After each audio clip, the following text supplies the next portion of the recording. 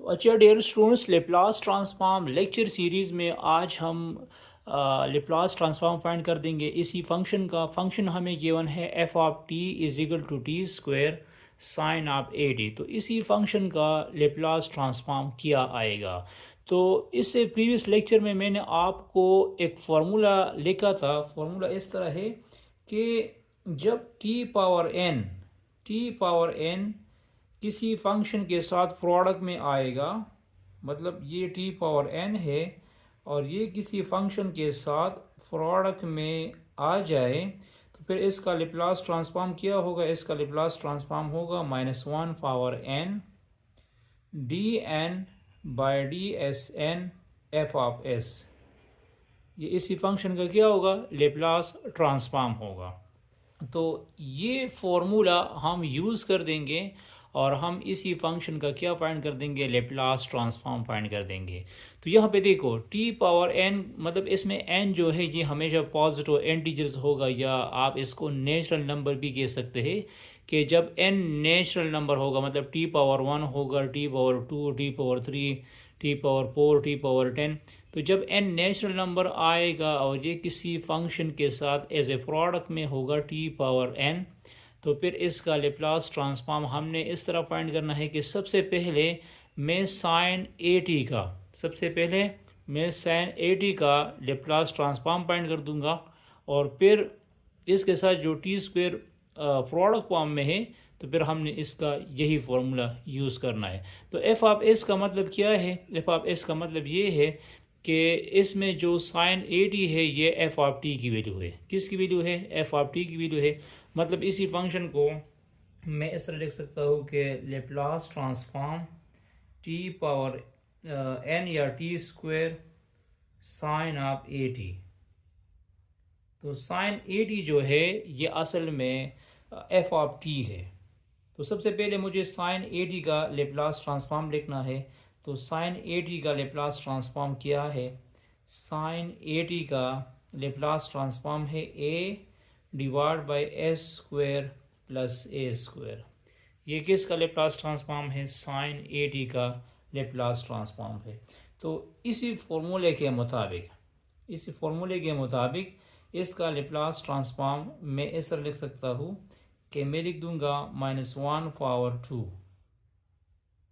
क्या लिख दूंगा, -1 पावर 2 लिख दूंगा, n की जगह 2 लगा दो, और इधर आ जाएगा d square by D s square f of s. तो एफ ऑफ एस की वैल्यू क्या है, एफ ऑफ एस की वैल्यू है a divide by a square plus a square. ठीक है, इसी फॉर्मूले को हमने यूज़ करना है और हमने इसका क्या फाइंड करना है, लेप्लास ट्रांसफॉर्म लिखना है। तो minus D square by D S square का मतलब ये है कि मैं इसी फंक्शन का 2 टाइम्स डेरिवेटिव लूँगा। तो इसको मैं इस तरह लिख सकता हूँ, इससे तो 1 आएगा, -1 पावर 2 से तो 1 आ जाएगा, और इसको मैं लिख सकता हूँ डी बाई डी एस, फिर मैं लिख दूँगा D by D S A divide by A square plus A square. तो इसका डेरिवेटिव कैसे फाइंड करनी है, इसका डेरिवेटिव इस तरह फाइंड करनी है। एक तो आप लोग इस पे कोशेंट रूल अप्लाई कर सकते हैं। कौन सा रूल, कोशेंट रूल अप्लाई कर सकते हैं। और दूसरी बात यह है कि इसको हम पावर रूल की मदद से भी कर सकते हैं। मतलब इसको मैं इस तरह लिख सकता हूँ, D by D S of A square plus A square power -1, इस तरह मैं इसको लिख सकता हूँ। तो इस पे यूज़ करो पावर रूल, और सॉरी इसके साथ ए बी है, यहाँ पे ये ए मौजूद है, तो इस पे पावर रूल यूज़ करो। ये ए कांस्टेंट है, ये बाहर चला जाएगा, तो ये जाएगा A D by D S of, यहाँ पे देखो यहाँ पे -1 आ गया जाएगा, a square plus A square power -1, और अगेन हमने डेरिवेटिव लेना है ए स्क्वायर प्लस ए स्क्वायर का। किसका लेना है, ए स्क्वायर प्लस ए स्क्वायर का लेना है। तो ये जाएगा -a D by D S, इधर आ जाएगा a का 0 हो जाएगा, ए स्क्वायर का 2s हो जाएगा, 2s divide by A square plus A square whole square. ये हमने इसका जो है फर्स्ट ऑर्डर डेरिवेटिव फाइंड कर दिया, ठीक है। और अगेन मैं इसको इस तरह लिख सकता हूँ, इसको मैं इस तरह भी लिख सकता हूँ, D by D S of -2as divide by A square plus A square whole square, मैं इसको इस तरह भी लिख सकता हूँ, ठीक है।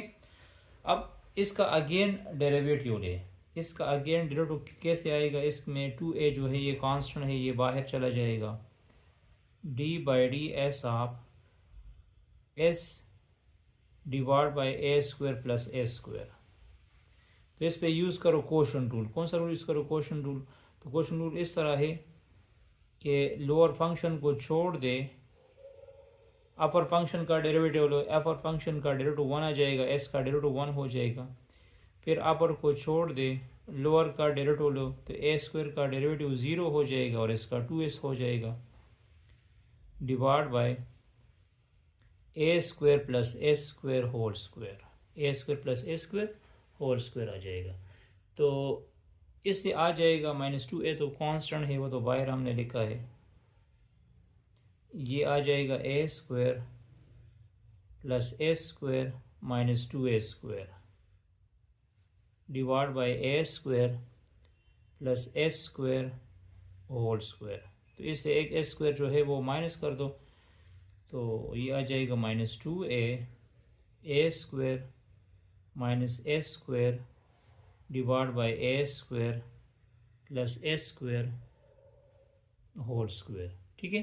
तो असल में यही हमारा इसका क्या हुआ, लेप्लास ट्रांसफॉर्म हुआ किसका, T power n sine A T का, ये लेप्लास ट्रांसफॉर्म हुआ इसका।